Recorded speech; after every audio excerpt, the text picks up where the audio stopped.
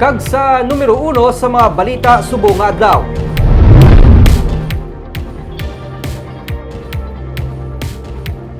Vendors Plaza sa Reclamation Area kabahin sa mga luyag i-develop sa SM Group para sa Manukan PPP Project.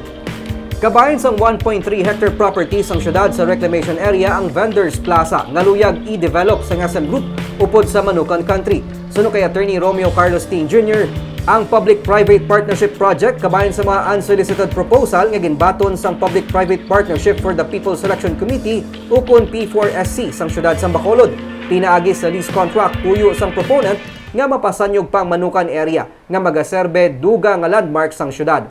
Magluwa sa Manukan Country, nalikip man sa mga proposal nga nabaton sang syudad ang pagtukod sang housing project kag reclamation project sa syudad. Nagapabilin nga bukas ang P4SC sa iban pa nga proponent para sa amo nga mga proyekto. Tapos sa negotiations, kung mag-approve ang city na okay na ni, before sa sanggunian, i-publish na amo na ang Swiss challenge nila kung may ara pag na proponent na mamayo offer yan sa amo ni na proponent. For example, attorney, kung i-PPP ang Manukan Country, what will happen to the tenants nila, attorney? May transition, kaya may matag man ang hindi man nila, hindi naman madula sila, matag sila naging alternative place na Ilang